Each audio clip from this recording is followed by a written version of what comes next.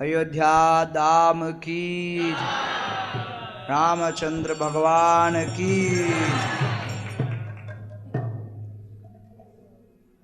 எல்லாரும் இப்போ இங்கே அயோத்தியா தாமத்தில் கூடியிருக்கிறோம். பகவானுடைய இருப்பிடங்கள் எல்லாமே நித்தியமானது. அதுலேயும் குறிப்பாக பகவான்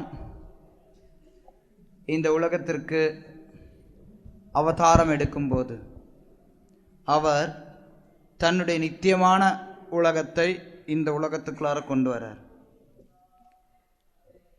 பகவான் கிருஷ்ணர் இந்த உலகத்தில் அவதரிக்கும் போது அவருடைய லோகத்திலிருந்து அப்படியே இறங்கி வரார். அப்படி பகவான் கிருஷ்ணர் இறங்கி வரும்போது அவர் தனியாக வர்றது கிடையாது. கிருஷ்ணர் எப்போதுமே தன்னுடைய படைகள் சூழத்தான் வரார். படைகள் அப்படின்னா குதிரைப்படை, காலாட்படை, அந்த படை இல்லை. தன்னுடைய பக்தர்களுடைய குலாமோட இணைந்து வரார். கிருஷ்ணர் இந்த உலகத்திற்கு வரும்போது அவருடைய ஆன்மீக உலகத்தில் இருக்கக்கூடிய இருப்பிடங்களான மதுரா, துவாரகை, விருந்தாவனம் அது அப்படியே இந்த உலகத்துக்கு கொண்டு வரார். அதே மாதிரி ராமச்சந்திரர் இந்த உலகத்தில் அவதரிக்கும் போது அவருடைய தாமத்தை அப்படியே இங்கே கொண்டு வரார். அவருடைய சகாக்கள் எல்லாரும் அங்கேருந்து இங்கே அப்படியே வராங்க. அதனால் ஆன்மீக உலகத்திற்கும் பகவான் இந்த உலகத்தில் எந்த பகுதியில் தோன்றி தன்னுடைய லீலையை நிகழ்த்தினாரோ அந்த இடத்திற்கும் வித்தியாசம் கிடையாது. ஆன்மீக உலகத்தில் இருக்கக்கூடிய விருந்தாவனத்திற்கும் நம்மளுடைய கண்ணோட்டத்திலிருந்து பார்க்கும்போது தில்லிக்கு அருகில் இருக்கக்கூடிய விருந்தாவனத்திற்கும் இடையில் வித்தியாசம் கிடையாது. அதே மாதிரி ஆன்மீக உலகத்தில் இருக்கக்கூடிய அயோத்தியாவிற்கும் இங்கே இருக்கக்கூடிய இந்த அயோத்தியா தாமத்திற்கும் வேறுபாடு கிடையாது. அயோத்தியா தாமம் நித்தியமாக பகவான் ஸ்ரீராமர் ஆன்மீக உலகத்தில் வீற்றிருக்கக்கூடிய இடம். ஆன்மீக உலகத்தில் எத்தனையோ கிரகங்கள் இருக்கின்றன. வைகுண்ட லோகங்கள் எண்ணற்றவை. அந்த வைகுண்ட லோகங்கள் எல்லாவற்றை காட்டிலும் அயோத்தியா உயர்ந்ததாக சொல்லப்படுது. அயோத்தியாவை காட்டிலும் கிருஷ்ணருடைய கோலோகமானது உயர்ந்ததாக சொல்லப்படுது. கோலோகத்தில் பிரிவுகள் இருக்கு, அது ரெண்டாவது பட்சம். இப்போ அயோத்தியா ஏன் மற்ற வைகுண்ட லோகங்களை காட்டிலும் உயர்ந்ததாக சொல்லப்படுது? ஏன் அயோத்தியாவானது முக்கியமானதாக சொல்லப்படுது? பகவானுடைய மற்ற ரூபங்களை காட்டிலும், விஷ்ணு ரூபங்களை காட்டிலும் ராமருக்கு அதிக முக்கியத்துவம் கொடுக்கப்படுறது ஏன்? ஏன்?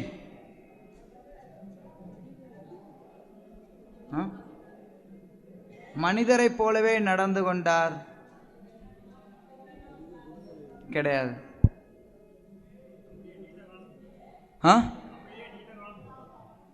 நம்ம கிட்ட ரொம்ப நாளா இருந்தார். கிருஷ்ணர் நம்ம கிட்ட எத்தனை வருஷம் இருந்தார்?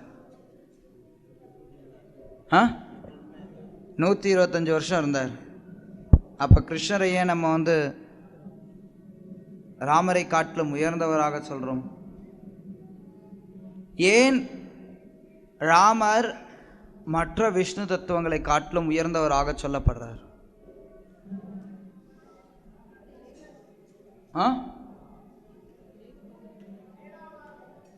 ஏகபத்னி விரதம் இருந்தாரா?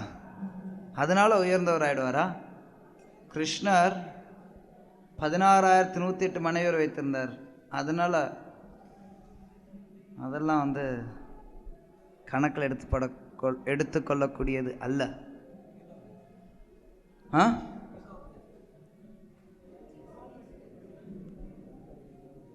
ராமர் பகவத்கீதையை சொல்லிக் கொடுத்தாரா?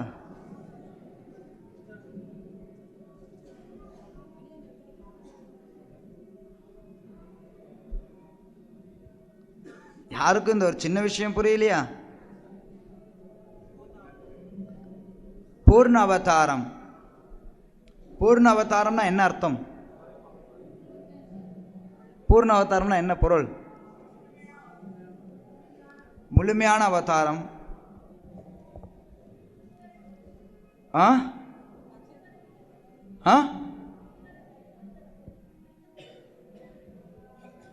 கிருஷ்ணரை போல மனுஷராக வந்தார், அதனால அவர் உயர்ந்தவர் ஆயிடுவார். என்ன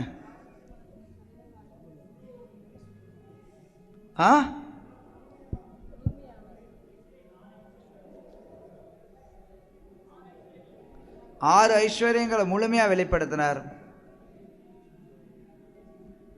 சொல்ல முடியாது. சரி, ஓகே ஓகே ஓகே ஓகே. உங்களை யாருக்கும் ராமரை பற்றி அறிவே இல்லை. இஸ்கானில் நிறைய கிருஷ்ணரை பற்றி நம்ம பேசுகிறோம், வாஸ்தவம் தான். ராமரை பற்றி கொஞ்சமாக நீங்கள் தெரிஞ்சுக்கணும். ஓகே, இப்போ கேள்வியை நான் வேறு மாதிரி போடுறேன், அப்போ கொஞ்சம் உங்களுக்கு புரியலாம். ஏன் கிருஷ்ணர் மற்ற விஷ்ணு தத்துவங்களை காட்டிலும் உயர்ந்தவராக சொல்லப்படுறார்?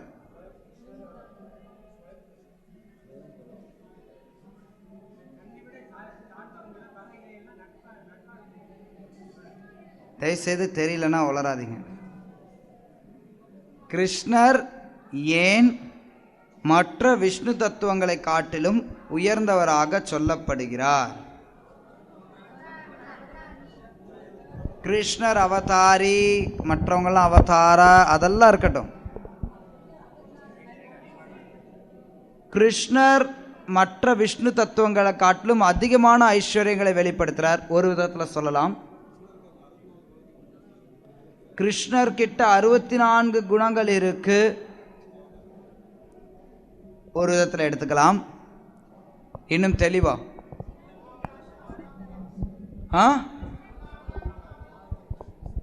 எல்லா அவதாருக்கும் அவரே மூலம், அது ஏற்கனவே சொல்லிட்டாங்க, அது கணக்கில் வராது.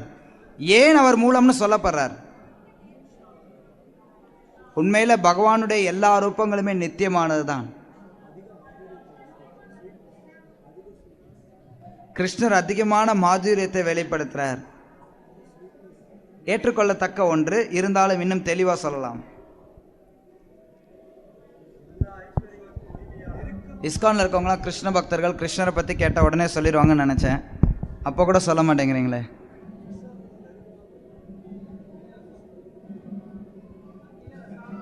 அகில ரசாமிருத மூர்த்தி.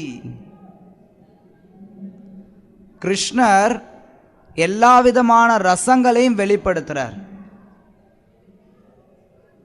நீங்கள் வைகுண்டத்தில் போய் நாராயணர் முதுகில் ஏறி சவாரி செய்ய முடியாது. நாராயணர்கிட்ட நீங்கள் சக்கிய ரசத்தை வெளிப்படுத்த முடியாது, வாத்சல்ய ரசத்தை வெளிப்படுத்த முடியாது, மாதுரிய ரசத்தை வெளிப்படுத்த முடியாது. ஆனால் கிருஷ்ணர்கிட்ட இந்த எல்லா ரசங்களையும் நீங்கள் வெளிப்படுத்த முடியும். கிருஷ்ணருக்கும் அவருடைய பக்தர்களுக்கும் நடுவில் இந்த எல்லா விதமான அன்பு பரிமாற்றங்களும் பக்குவமாக நடைபெறுது. அதன் காரணத்தினால கிருஷ்ணர் பூர்ண புருஷோத்தமர், அல்லது அவர் மூல முழுமுதற் கடவுள், அல்லது ஸ்வயம் பகவான் அப்படின்னு அழைக்கப்படுறார். சரியா? இதுதான் அடிப்படை. இதை நல்லா புரிஞ்சுக்கோங்க.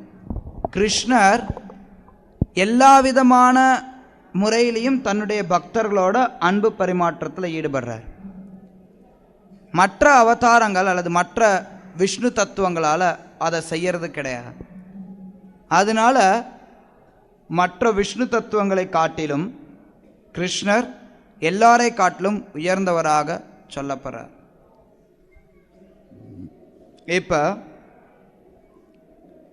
ஏன் நம்ம ராமச்சந்திர பகவானை நாராயணருக்கு மேலே வைக்கிறோம்? பழைய கேள்விக்கு நான் வரேன். ஏன்? அதே காரணம்,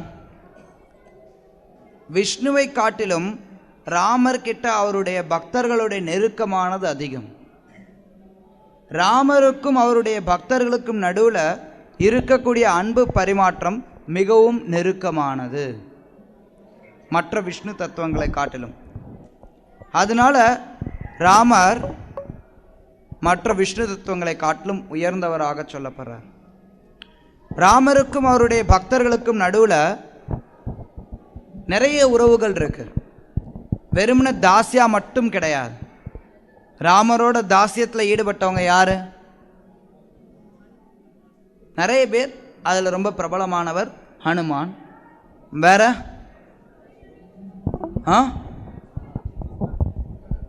லக்ஷ்மணர். உறுதியாக சொல்ல முடியாது. லக்ஷ்மணர் அவருடைய உறவு வேற மாதிரி. அது வர விபீஷ்ணர், மொத்த வானர சேனைகளுமே. ரொம்ப யோசிக்க வேண்டாம். அது மட்டும் இல்லாமல் அயோத்தியாவாசிகளில் பெரும்பாலானவர்கள் இந்த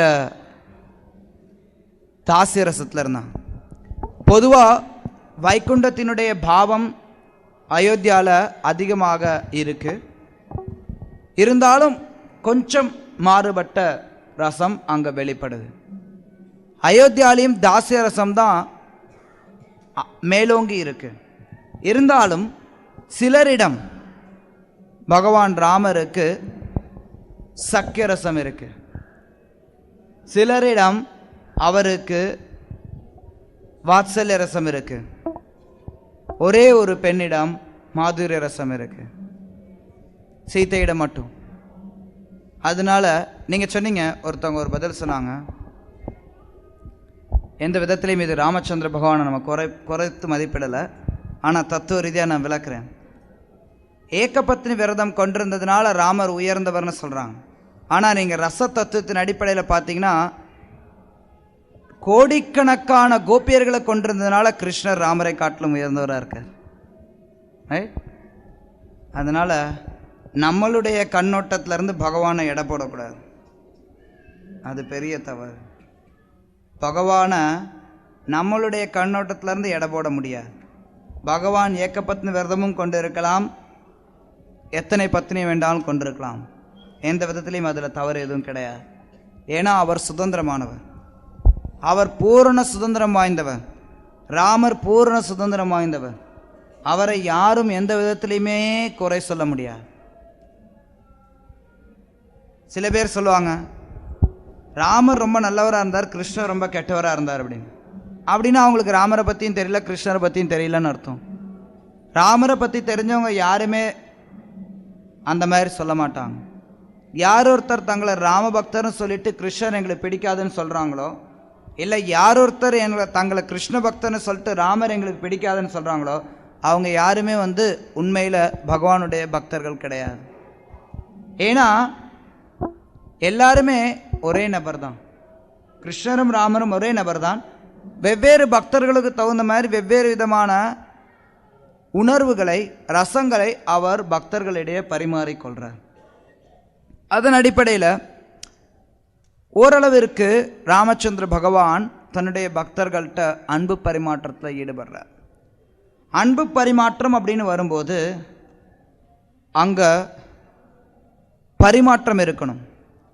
நீங்கள் பார்த்தீங்கன்னா ராமாயணத்தில் கூட ராமச்சந்திரர் ஏறக்குறைய ஒரு மனிதனைப் போலவே செயல்படுவார்.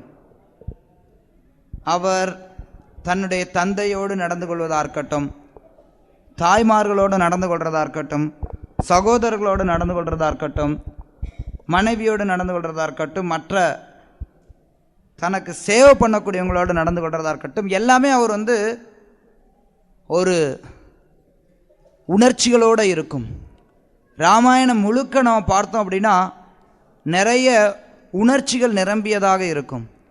நிறைய பேர் என்ன நினைப்பாங்க அப்படின்னா, குறிப்பாக மாயாவாதிகள், இந்த உணர்ச்சிகள் எல்லாம் சாதாரண மக்களுக்கு, ஆரம்ப நிலையில் இருக்கவங்களுக்கு இந்த உணர்ச்சிகளை கொண்டு அவங்கள கொஞ்சம் கொஞ்சமாக பகவான்கிட்ட கொண்டு வர்றது, பிரம்மன் கிட்ட கொண்டு வர்றதுக்கு ஆனது அப்படின்னு சொல்லி அவங்க நினைப்பாங்க.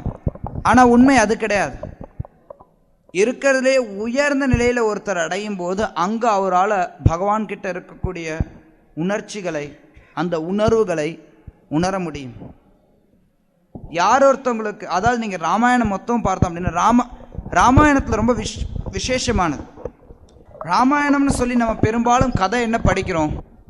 நம்ம பெரும்பாலும் ராமாயணம்னு கதை படிக்கிறது வந்து ராமர் அயோத்தியாவில் பிறந்தார், அதுக்கப்புறம் வனவாசத்துக்கு போனார், காட்டில் இருக்கும்போது சீதையை கடத்திட்டு போனாங்க, அதுக்கப்புறம் சீதையை மீட்கிறதுக்காக ராமர் எல்லா பக்கமும் வந்தார், தனுஷ்கோட்டைக்கு வந்தார், அங்கேருந்து பாலத்தை கட்டினார், ராவணன்ட்ட போய் சண்டை போட்டார், ராவணனை கொன்னார், மறுபடியும் இங்கே வந்தார், அயோத்தியாவுக்கு வந்து பட்டாபிஷேகம் கொடுத்தாங்க, அதுக்கப்புறம் அவர் வந்து ராஜாவும் ஆட்சி பண்ணார் அப்படிங்கிறது தான். ஆன்மீக உலகத்தில் இருக்கக்கூடிய அயோத்தியாவில் அங்கே எப்படி இருக்குமோ அந்த நிலையானது ராமர் ராவணனை கொன்னுட்டு அயோத்தியாவுக்கு வந்து இங்கே அவர் ஆட்சி பண்ணப்ப அது அப்படியே இருந்தது. ராமர் ராஜா, மக்கள்கிட்ட எந்த ஒரு வகையான காழ்ப்புணர்ச்சியும் கிடையாது, எந்த ஒரு துன்பமே கிடையாது, அவங்கக்கிட்ட எந்த வகையான கவலையுமே கிடையாது. அதுதான் ராமராஜ்யம். ராமராஜ்யத்தில் யாருக்கும் எந்த கவலையுமே கிடையாது. எப்போ மழை பெய்யணுமோ அந்த நேரத்தில் மழை பெய்யும், எப்போ காற்று வீசணுமோ அந்த நேரத்தில் காற்று வீசும், எப்போ வெயில் இருக்கணுமோ அந்த இடத்துல நேரத்தில் வெயில் இருக்கும். இப்படி எல்லாமே வந்து முறையாக நடைபெறும். அது ராமராஜ்யத்தினுடைய தன்மை. அந்த ராமராஜ்யம்தான் அயோத்தியாவில் ஆன்மீக உலகத்தில் நடைபெறுது. ஆன்மீக உலகத்தில் ராமர் சீத்தையை பிரியறது கிடையாது, ராமர் காட்டுக்கு போய் வசிக்கிறது கிடையாது, ராமரை யாரும் காட்டுக்கு போகணும்னு சொல்லி விரட்டுறதும் கிடையாது.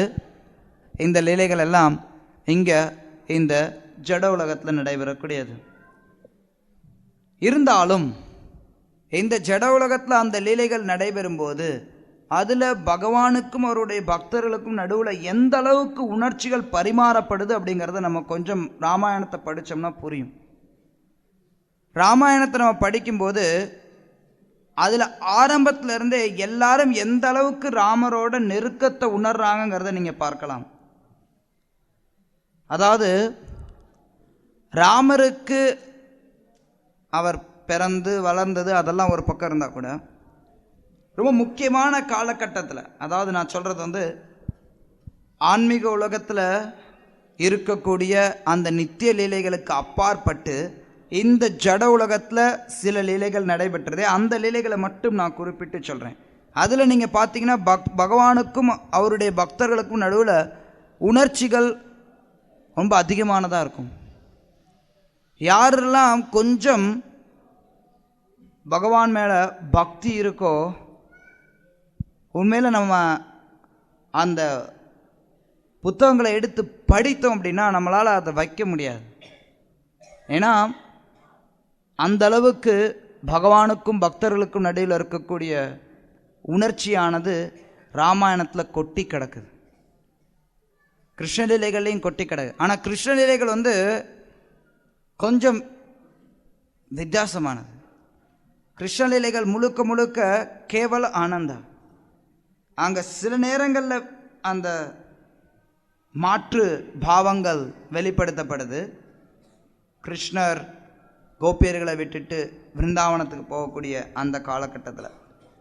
ஆனால் ஏறக்குறைய அதே மாதிரியான உணர்ச்சிகளை நீங்கள் ராமர் எல்லாரையும் விட்டுட்டு காட்டுக்கு போகும்போது பார்க்கலாம். நான் அன்னைக்கே சித்திரக்கூடத்தில் அதை பற்றி கொஞ்சம் விளக்கின்றிருந்தேன். ஆனால் இந்த உணர்ச்சிகளுடைய பாகத்தை பற்றி நான் விளக்கலை.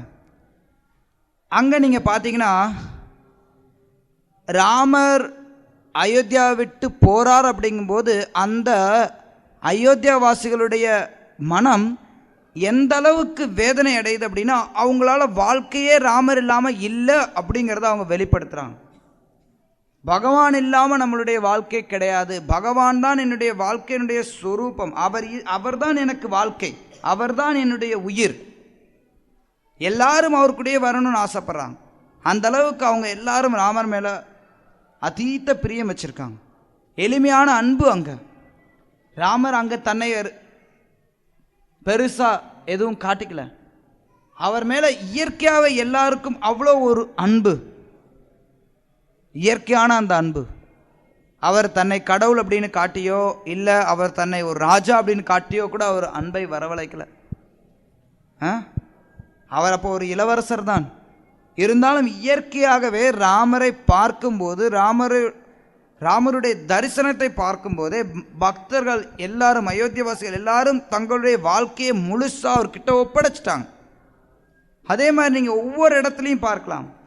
எப்போ ராமர் குகனை சந்திக்கிறாரோ, குகனை விட்டு பிரிகிறாரோ, இல்லை அதே சமயத்தில் ராமர் சீதையோடு இருக்கும்போது லக்ஷ்மணருக்கு ஏற்படக்கூடிய பாவங்கள், உணர்ச்சிகள், ராமர் சீதையை பிரியும் போது அவர் வெளிப்படுத்தக்கூடிய உணர்ச்சிகள், இது எல்லாமே அன்பினுடைய உயர்ந்த நிலைகள். ஹனுமான் சீதையை தேடி போறார். அப்படி சீதையை தேடி போகும்போது அவருக்கு ஒரே குறிக்கோள் சீதையை கண்டுபிடிக்கணும் அப்படிங்கிறது. அவருக்கு வேற எதுவுமே தெரியல, எதுவுமே தென்படலை. அது எல்லாமே அவங்கக்கிட்ட இருக்கக்கூடிய அன்பு தான். ஒரு விஷயத்தை பார்க்குறார், ஆனால் பார்க்கல. அதாவது சீதையை தேடி போறார், அங்கே நிறைய மற்ற ராணியர்கள் எல்லாம் அரைகுறை உடையோடு இருக்கிறாங்க. அதை பார்க்குறார், ஆனாலும் அவர் அதை பார்க்கல. ஏன்னா அவருடைய உணர்வு முழுக்க சீதையை தேடணும் அப்படிங்கிறதுல முழுகி இருக்கு. ஒரு க்ஷணத்தில் யோசிச்சுவா, நான் பிரம்மச்சாரியாச்சே, நான் இதெல்லாம் பார்த்துட்டு இருக்கிறேன் அப்படின்னு யோசிக்கிற ஒரு க்ஷணத்தில். ஆனால் அது வரைக்கும் அவருக்கு யோசனை கிடையாது. அவர் பாட்டுக்கு போகிறார். இதில் இவங்கள இருந்தாலும் அவர் ராமருடைய சேவையில் இருக்கிறனால கொஞ்சம் கூட அவருடைய மனம் சஞ்சலம் அடையலை. அவருடைய ஒரே குறிக்கோள் சீதையை தேடுறோம். அங்கே சீத்தை கிடைக்கும் போது ஏற்படுத்தப்படக்கூடிய உணர்ச்சிகள், அது எல்லாமே ரொம்ப ஆழமானது. அதனால தான் நீங்கள் பார்த்தீங்கன்னா ராமாயணத்தினுடைய பாதிப்பு இந்தியாவில் அதிகமாக இருக்குது. உலகம் முழுக்க இருந்தது. நவீன காலத்தில் அது குறுகி இந்தியாவில் ராமாயணத்தினுடைய பாதிப்பு இன்றும் இருந்துருக்கு. லட்சோபலட்சம் வருடங்களுக்கு முன்னாடி ராமச்சந்திர பகவான் இந்த உலகத்தில் அவதரித்தார். அப்படி அவர் அவதரித்த போது இந்த பூமி எப்படி இருந்ததுன்னு நம்மளால் யூகிக்க முடியாது. ராமாயணத்தில் இருக்கக்கூடிய வர்ணனைகளை நம்ம பார்க்கும்போது நம்மளால் உண்மையிலே யூகிச்சு கூட பார்க்க முடியாத அளவில் தான் இருக்கிறது அயோத்தியா பூமி. இருந்தாலும் இந்த இடத்துல இருக்கக்கூடிய ஆன்மீக தன்மைகளை நம்ம கிரகிக்க பார்க்கணும். நமக்கு பலவிதமான அசௌகரியங்கள் இருக்கலாம், ஆனால் தாமத்திற்கு வரும்போது நம்ம இங்கே இருக்கக்கூடிய ஆன்மீக விஷயங்களை கிரகிக்க பார்க்கணும். அயோத்தியா தாமத்தில் ஸ்ரீராமர் இருந்த காலகட்டத்தில் நான் முன்னே சொன்ன மாதிரி மக்கள் எல்லாரும் ரொம்ப மகிழ்ச்சியாக வாழ்ந்தாங்க. இங்கே மகிழ்ச்சி மட்டுமே இருந்து வந்தது. அதற்கு முன்னாடி தான் அவங்களுடைய வாழ்க்கையில் ஒரு பெரிய நிறைய மாற்றங்கள் நிகழ்ந்தது. உண்மையில் ராமாயணத்தினுடைய பெரும்பான்மையான பகுதி அந்த மாற்றங்களுக்குள்ளார தான் போகும். எப்படி ராமர் அயோத்தியாவிலேருந்து வெளியில் அனுப்பப்பட்டார், என்ன ராமர் காட்டில் என்ன செஞ்சார், காட்டில் ஒவ்வொரு நேரமும் அவர்களுக்கு நிகழ்ந்த விஷயங்கள் என்னென்ன, ஒவ்வொருத்தரும் ராமர் மேலே எந்த அளவுக்கு அன்பை வெளிப்படுத்தினாங்க, அதெல்லாம் நம்ம பார்க்கும்போது உண்மையிலேயே இந்த ராமாயணம் நம்மளுடைய வாழ்க்கையில் மிகப்பெரிய ஒரு பாதிப்பை ஏற்படுத்துங்கிறது தெரிஞ்சுக்கலாம். இங்கே குறிப்பாக வட இந்தியாவில் பார்த்தீங்கன்னா ராமாயணத்தினுடைய பாதிப்பு தென்னிந்தியாவை காட்டிலும் அதிகம். உண்மையில் எல்லா இடத்துலையும் இருந்தது. சமீப காலத்தில் தென்னிந்தியாவில், அதுவும் குறிப்பாக தமிழ்நாட்டில் இருக்கக்கூடியவர்கள் சில பேர் ராமர் ஆரிய கடவுள், நம்மெல்லாம் திராவிடர்கள் அப்படின்னு சொல்லி ராமரை ஏளனம் செய்து, கிருஷ்ணர் சொல்கிறார் கீதையில், அகம் பீஜ பிரதாபிதா, எல்லா ஜீவன்களுக்கும் தானே பிதா அப்படிங்கிறத கிருஷ்ணர் வலியுறுத்துறார். அதே தான் ராமருக்கும் பொருந்தக்கூடியதான். அது அவர் எல்லாருக்கும் பொருந்தக்கூடிய, ராமர் எல்லாருக்குமே கடவுள். ராமர் ஆரியர்களுக்கு கடவுள் அப்படின்னோ இல்லை ஒரு ஆரியன் அப்படின்னோ பகவானுக்கே நம்ம முத்திரை குத்த முடியாது. சாதாரண ஒரு ஜீவனுக்கே நம்ம முத்திரை குத்த முடியாது. ஜீவனே ஒரு உடலில் தான் இருக்குது. இந்த உடலினுடைய அடையாளம் தற்காலிகமானது, நிரந்தரமான அடையாளம் இது கிடையாது. அப்படி இருக்கிற பட்சத்தில் நம்ம கடவுளுக்கே அடையாளம் குத்துறோம், இவர் ஆரிய கடவுள். தமிழ்நாட்டில் இதுதான் பண்ணுறாங்க. அப்படி ஏதோ குத்தி குத்தி குத்தி குத்தி ராமருக்கு செருப்பு மாலையெல்லாம் போட்டு சில அயோக்கியர்கள் ராமருடைய பக்தியை மக்கள்கிட்டருந்து விளக்கணும் அப்படின்னு சொல்லி சில முயற்சிகளில் ஈடுபட்டிருக்காங்க. இருந்தாலும் இன்றைக்கும் கூட பார்த்தோம் அப்படின்னா தமிழகத்துலேயும் சரி ராமருக்கு அதீத பக்தி இருக்குது, அதை மறுக்க முடியாது. எப்படி பார்த்தாலும் வட இந்தியாவில் இதனுடைய தாக்கம் தென்னிந்தியாவை காட்டிலும் அதிகம். இங்கே இந்த ராமருக்கும் அவருடைய பக்தர்களுக்கும் இடையில் இருக்கக்கூடிய உணர்ச்சிகள் பல நேரங்களில் பல நாடகங்களாக வெளிப்படுத்தப்படும். இங்கே அந்த பண்பாடு இப்போல்லாம் இங்கேயும் மறைஞ்சிட்டு வருது. எல்லா இடத்தையும் எப்படி வேத பண்பாடு, அந்த ஆன்மீக பண்பாடு அப்படிங்கிறது மறைஞ்சு வருதோ, அதே மாதிரி இங்கேயும் அந்த பண்பாடு கொஞ்சம் கொஞ்சமாக மறைஞ்சு வருது. நிறைய பேர் பார்த்திங்கன்னா இங்கே நிறைய நாடகங்கள் நிகழ்த்துவாங்க. சில நேரங்கள் என்ன சொல்லப்படுதுன்னா, அந்த நாடகம் 5 நிமிடங்கள்னு தான் இருக்குமா. அந்த 5 நிமிட நாடகத்தை பார்க்கறதுக்காக லட்சோபலட்சம் மக்கள் கூடுவாங்க, ஆயிரக்கணக்கான மக்கள் கூடுவாங்க. 5 நிமிஷம் நாடகம் இருக்கும், ராமரும் பரதரும் சந்திக்கிறது அப்படிங்கிறது. இல்லை சீதையை சந்திச்சுட்டு ஹனுமான் மறுபடியும் ராமர்கிட்ட சொல்கிறது, இந்த மாதிரி குறிப்பிட்ட காட்சிகள் மட்டும் நடைபெறும். இல்லை சில நேரங்களில் ராமநவமி காலத்தில் ஒரு 10 நாள் அல்லது 15 நாள், ஒவ்வொரு நாளும் 5-5 நிமிஷம் 10 நிமிஷம் நாடகம் நிகழ்த்துவாங்க. எல்லாருக்கும் கதை தெரியும், தெரியாதவங்க யாரும் கிடையாது. ஆனால் பகவானுக்கும் பக்தனுக்கும் இடையில் இருக்கக்கூடிய அந்த உணர்ச்சிகளை வெளிப்படுத்தும் போது அது ரசிக்கத்தக்கதாக மாறுது. சில நேரங்களில் அந்த உணர்வுகள் வெறும் உணர்வுகளாக போயிடுறதுக்கும் வாய்ப்பு உண்டு, அதையும் நம்ம பார்க்குறோம். பகவான் எல்லாரையும் கவரக்கூடியவராக இருக்கிறார். கிருஷ்ணர் அப்படின்னா எல்லாரையும் கவரக்கூடியவர்னு பொருள். பகவானுடைய எல்லா ரூபங்களுமே எல்லாரையும் கவரக்கூடியவர்கள் தான். கிருஷ்ணர் அதில் சிறப்பாக இருக்கலாம். இருந்தாலும் ராமர் எல்லாரையும் கவரக்கூடியவராக இருக்கிறனால அவருடைய பல்வேறு லீலைகளால் கவரப்பட்டு பல பேர் அவருக்காக தங்களுடைய வாழ்க்கையை கொடுத்துருக்காங்க. தொன்று தொட்டு பார்த்தோம் அப்படின்னா எவ்வளவோ பக்தர்கள் ராமர் அவருடைய வாழ்க்கையில் மூழ்கி இருந்திருக்காங்க. நம்ம தமிழ்நாட்டில் கூட பார்க்குறோம். குலசேகர ஆழ்வார் அவர் ராமாயணத்தை கேட்கும்போது ராமாயணத்தில் முழுகிடுவார். சீதையை ராவணன் கடத்திட்டு போயிட்டான் அப்படிங்கிறத கேட்டறியும் அவர் படைகளெல்லாம் திரட்டிட்டு தனுஷ்கோட்டியில் போய் நானும் லங்கையை நோக்கி போர் தொடுக்கிறேன்னு சொல்லிட்டு போயிடுவார். நம்ம கேட்கறதுக்கு அது ரொம்ப சிரிச்சுன்னு போயிடலாம். எங்கே பாருப்பா ஏதோ பைத்தியம் வேறு அவர் போய் இறங்கிட்டாரு அப்படின்னு நம்ம நினச்சிடலாம். உண்மையில் யோசிச்சு பாருங்க, அப்போ அந்த பக்தர்கள் எந்த அளவுக்கு ராமாயணத்தில் முழுகணும், தங்களுடைய சுயநினைவு மொத்தத்தையும் இழக்கிறாங்க அப்படின்னா அவங்களுடைய சுயநினைவு மொத்தமும் இழக்கப்படுது ராமன் மேலே இருக்கக்கூடிய உணர்ச்சியை அவங்க வெளிப்படுத்தும் போது.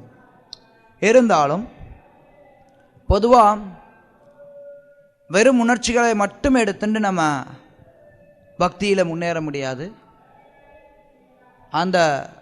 அதோடு இணைந்து அவங்களுக்கு சில தத்துவ ஞானம் அவசியமாகுது.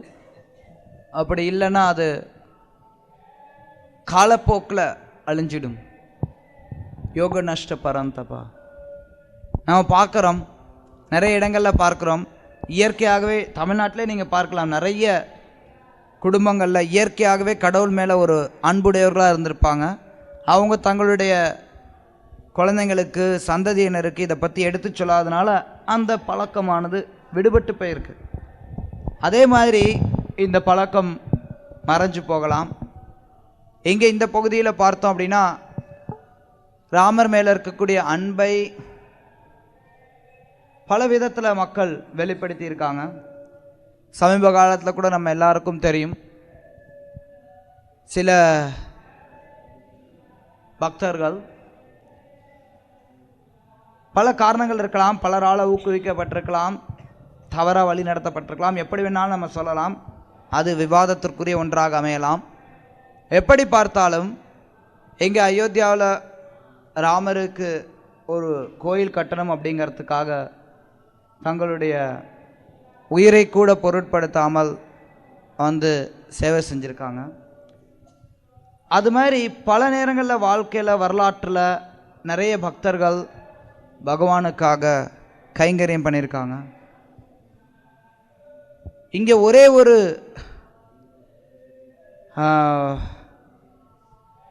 விஷயம் என்ன அப்படின்னா, அயோத்தியாவில் எந்த ஒரு சம்பிரதாயத்தினுடைய ஆச்சாரியர்களும் அயோத்தியாவை முக்கியமானதாக எடுத்து செயல்படலை. அப்படி முக்கியமானதாக எடுத்து செயல்பட்டு இருந்தாங்க அப்படின்னா அயோத்தியாவினுடைய நிலை வேறு மாதிரி இருந்திருக்கும். எப்படி பார்த்தாலும் பக்தர்கள் இன்றைக்கும் அயோத்தியாவில் இருக்கக்கூடிய இந்த ஆன்மீக உணர்வுகளை கிரகிக்க முடியும் அப்படின்னு நான் நம்புகிறேன். அதனால் நீங்கள் எல்லாரும் எந்த அளவுக்கு உங்களுடைய இதர விஷயங்களை மறக்க முடியுமோ அந்த அளவுக்கு இதர விஷயங்களை மறந்து ராமர் மேலே உங்களுடைய ஸ்மரணையை கொண்டு வாங்க. ஓகே, ஹரே கிருஷ்ணா.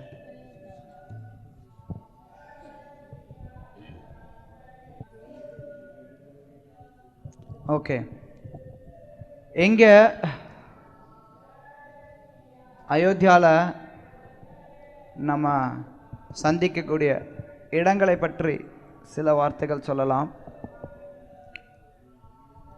நம்ம இறங்கின இடம் சராய் நதிக்கரை.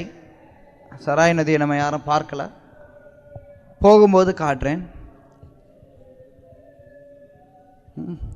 இருட்டில் என்ன காட்ட போகிறீங்கிறீங்களா? இருந்தாலும் போகும்போது பார்க்கலாம், சராய் நதியை பார்க்கலாம். சராய் நதியில் புரோக்ஷனம் செய்யலாம், தண்ணி எடுத்து தெளிச்சுக்கலாம். சராயு நதியினுடைய கரையில் தான் அயோத்தியா அமைஞ்சிருக்கு. இதே சராய் நதியில் கொஞ்சம் தூரம் போனோம் அப்படின்னா அங்கே தான் குப்தார் காட்னு ஒரு இடம் இருக்குது. அங்கே தான் ஸ்ரீராமர் மறைஞ்ச இடம். அதற்கப்புறம் நம்ம முதல்ல இங்கே இறங்கும்போது அயோத்தியா வர்றதுக்கு முன்னாடி நம்ம நந்தி கிராமத்திற்கு போனோம். நந்தி கிராமம் அப்படிங்கிறது பரதர் தங்கியிருந்த இடம். ராமர் 14 வருடம் வனவாசத்தில் இருந்தபோது பரதர் தங்கியிருந்த இடம். பரதரும் ராமரோட காட்டில் இருக்கணும்னு ஆசைப்பட்டார். ஆனால் ராமர், இல்லை பரதா, நீ அயோத்தியாவிலிருந்து மக்களை பாதுகாக்கணும், நம்மளுடைய தாய்மார்களை பாதுகாக்கணும் அப்படின்னு சொல்லி கட்டளை கொடுத்தார் பரதருக்கு. ராமருடைய அந்த கட்டளை ஏற்று பரதர் அயோத்தியாவுக்கு வந்து ராமருக்காக சேவை பண்ணார். சில நேரங்களில் சில பேர் பட்டிமன்றம் நடத்துவாங்க. ராமருடைய சொல் பேச்சை கேட்டு வந்த பரதர் உயர்ந்தவரா, ராமருடைய சொல் பேச்சை கேட்காம அவர் கூடவே இருந்த லக்ஷ்மணர் உயர்ந்தவரான்னு? நம்ம அந்த மாதிரி வாத விவாதங்கள்லாம் இங்கே அவசியம் இல்லை. கௌடிய வைஷ்ணவ கொள்கையின்படி தத்துவத்தின்படி நீங்கள் பார்த்தீங்க அப்படின்னா நிச்சயமாக லக்ஷ்மணர் உயர்ந்தவர்.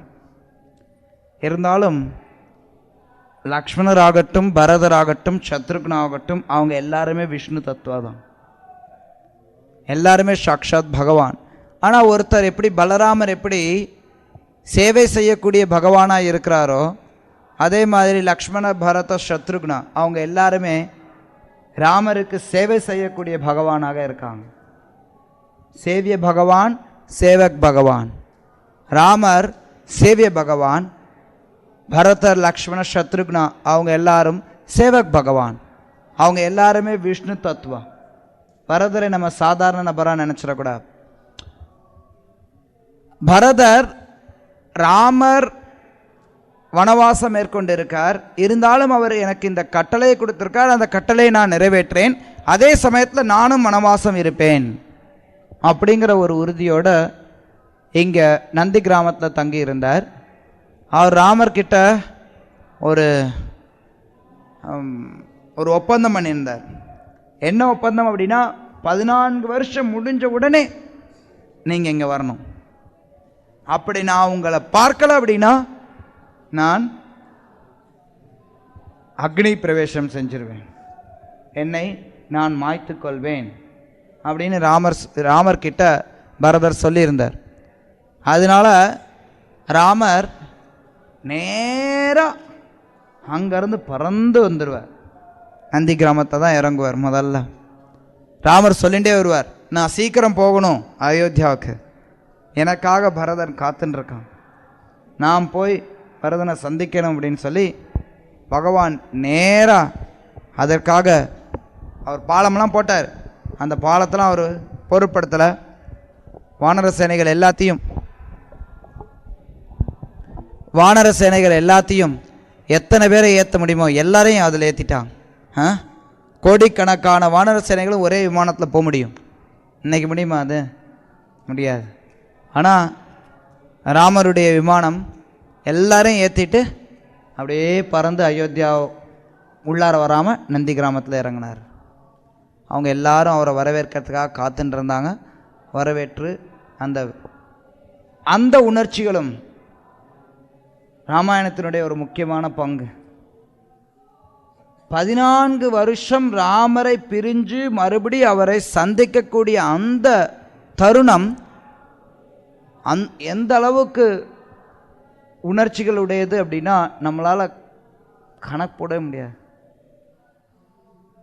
பரதர் அங்கே வரும்போது ராமரும் பரதரும் சந்திக்கிறாங்க. மறுபடி அப்படி சந்திக்கும் போது பரதருடைய உணர்ச்சிகள், அவர் எந்த அளவுக்கு ராமருக்காக காத்துட்டு இருந்தார் அப்படிங்கிறது நம்ம பார்க்க முடியும். ராமரை பார்த்தரையும் அவருக்கு ஆனந்தம், அதே சமயத்தில் கண்ணீர், ஆனந்த கண்ணீர். ராமரை இத்தனை வருஷங்கள் சந்திக்கிறோம்.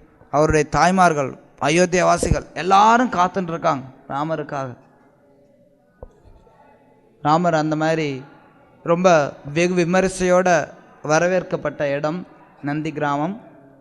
அங்கே ராமர் எந்த மாதிரி தபஸ்யாவை காட்டில் அனுசரிக்கிறாரோ அதை விட ஒரு படி அதிகமான தபஸ்யா. அதாவது ராமர் தரையில் இலை போட்டு தூங்குறார், நான் அவருக்கு கீழே போய் தூங்குறேன். அந்த மாதிரி ஒவ்வொன்றும் சில விஷயங்கள். ராமரை காட்டிலும் அதிகமான தபஸ்யாவை பரதர் நந்தி கிராமத்தில் செய்தார். அங்கே இருந்த குளத்தில் பரதர் நீராடுவார் தினமும். அந்த மாதிரி ராமருக்காக பரதர் காத்துட்டு இருந்த அந்த உன்னத ஸ்தலம் நந்தி கிராமம். அதுக்கடுத்து நம்ம இங்கே ராம ஜென்மபூமிக்கு வந்தோம். மிகவும் பிரச்சனைக்குரிய ஒரு இடம், மிக மிக முக்கியமான ஸ்தலம். பூர்ண புருஷோத்தம் பகவான், ஓகே கிருஷ்ணருக்கு சொல்லுவோம், அது ராமருக்கு சொல்லலாம். ராமரும் பூர்ண அவதாரம். அத்தகைய பகவான் கருணை கொண்டு ஜீவன்களை ரட்சிக்கிறதுக்காக இந்த உலகத்தில் அவதரிக்கிறார். அவரை பார்க்கிறதும் அவருடைய விஷயங்களை தரிசிக்கிறதும் நமக்கு ஒரு பெரிய பொக்கிஷமாக இருக்கணும். எல்லாரும் ஆனந்தமாக போய் அவர் முன்னாடி பாடி ஆடினா அவர் எவ்வளோ ஆனந்தமாக அதை ரசிப்பார்.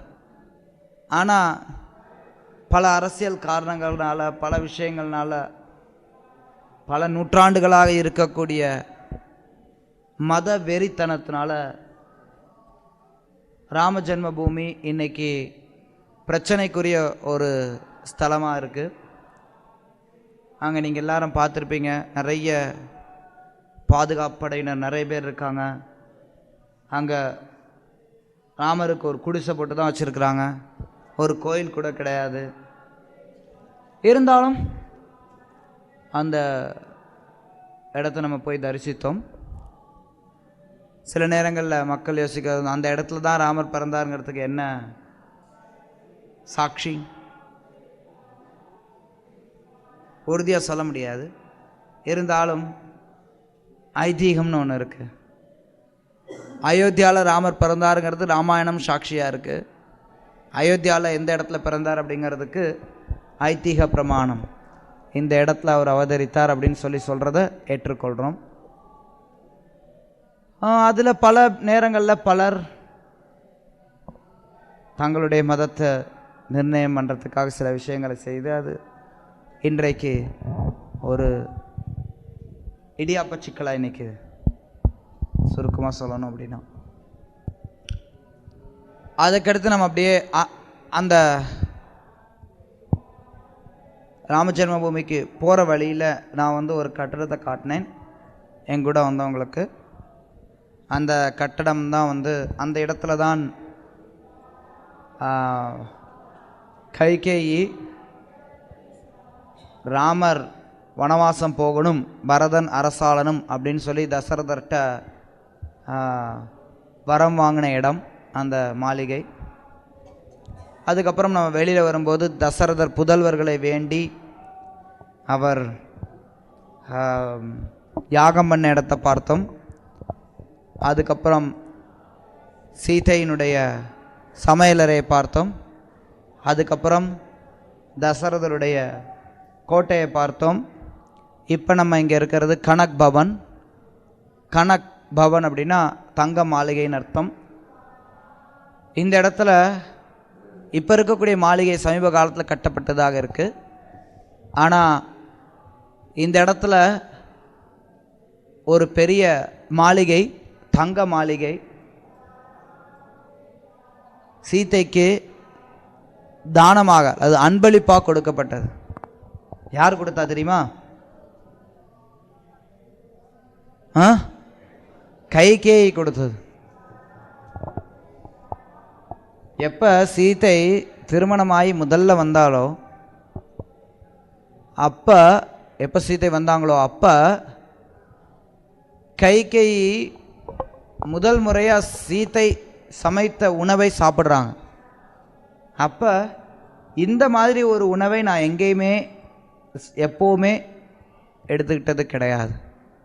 அதனால் உனக்கு இந்த பரிசாக நான் இந்த தங்க மாளிகையை கொடுக்குறேன்னு சொல்லி இந்த மாளிகையை சீதைக்காக கொடுத்தாங்க.